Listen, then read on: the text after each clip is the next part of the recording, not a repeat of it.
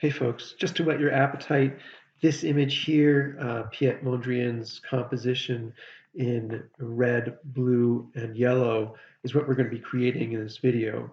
But just by way of sort of setting the context, earlier in this course, I showed you how to use CSS Grid to create this kind of cookie cutter type of layout, with a nav and a hero and then 3 columns.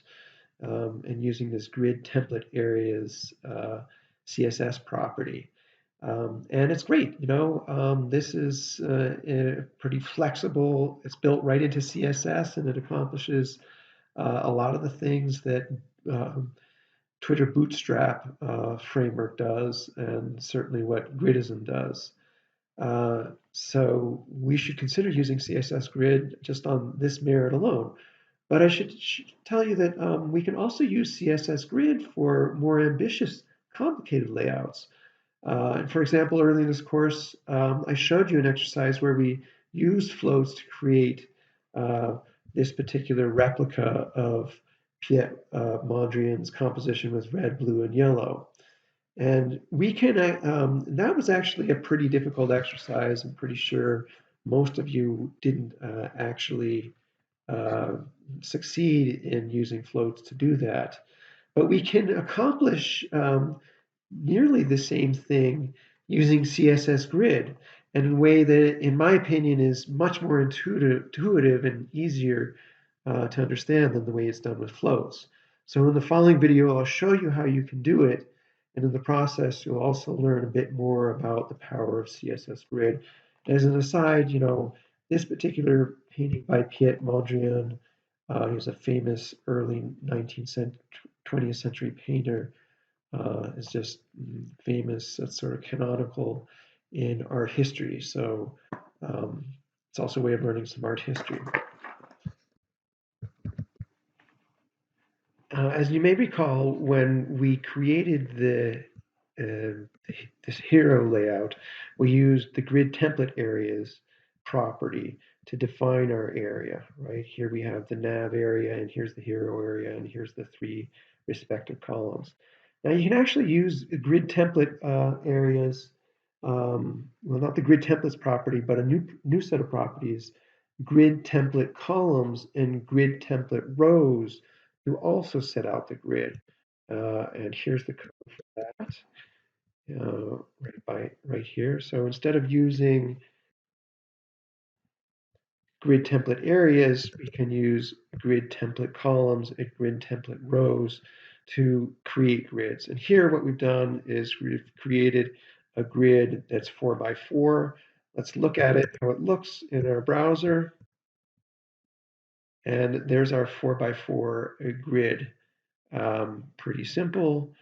But we can also use the grid area property to create this type of effect right here.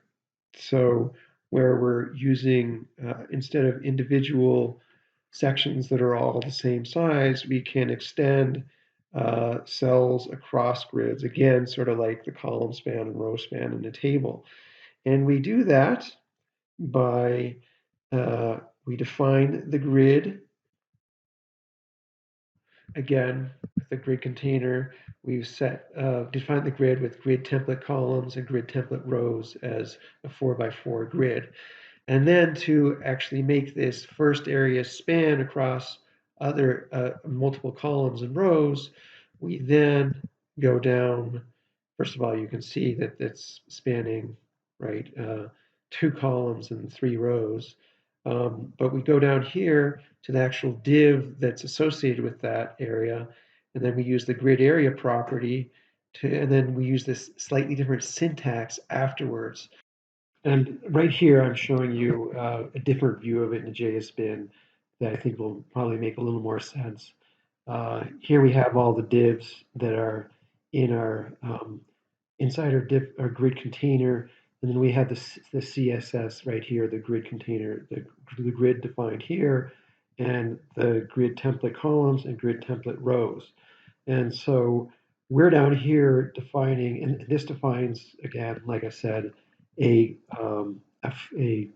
grid with 4 rows and 4 columns. But we can make these cells span across multiple columns or multiple rows using a new syntax in the grid area property. And this is that new syntax right here. And what this is saying is go from, this is the row 1 grid line. So this up here, right here, this is the first one. There's grid lines, 1, 2, 3, 4, 5, 5 grid row lines, and then there's 5 grid column lines, 1, 2, 3, 4, 5. And those are what these are describing. So this is row 1, column 1. So this this grid line and this grid line, and it's saying make the grid area extend from the area delineated by those 2 grid lines to the 4th row grid line, which is 1, 2, 3, 4 down, right? And then the third grid line column, 1, 2, 3. So these numbers effectively describe the space that this cell is sort of spanning. Well, let's try a different, let's just try changing this number, for example, to 4, 4. And now, of course, what we get is still, the first grid line, column,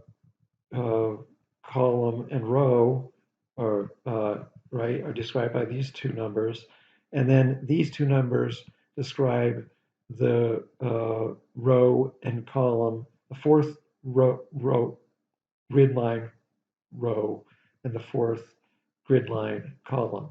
1, 2, 3, 4. So it's describing these 2 lines. And so you can, maybe do 1, 2, 2, just to see, what's that going to give you? 1, 2, 2. It just doesn't do anything, right? Because it's 1, 1, and then 1, 2, 1, 2. So it doesn't do anything. But 1, 3, of course, will give you a 2 by 2 grid, or should. Let's see. Yeah. Okay, good. And I should probably just add as a cautionary note that it's tempting just to sort of think of these as the coordinates of the cells. So 1, 1 would be, this cell right here, and 3, 3 would be this cell down here. But that's not the way you want to think about this. These numbers are describing the actual grid lines, not the areas inside the lines, okay? So that's how that works. And with this,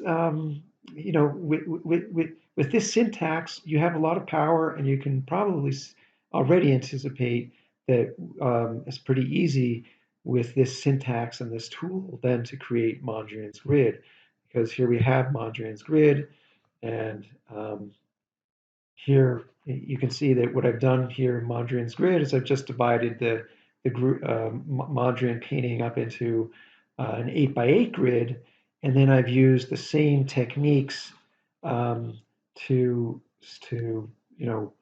span across this particular block, or the red one, or the blue one, all of them. That we're using that same technique that we used over here with the grid area property, and just assigning it to the other divs that we need to make the Mondrian painting.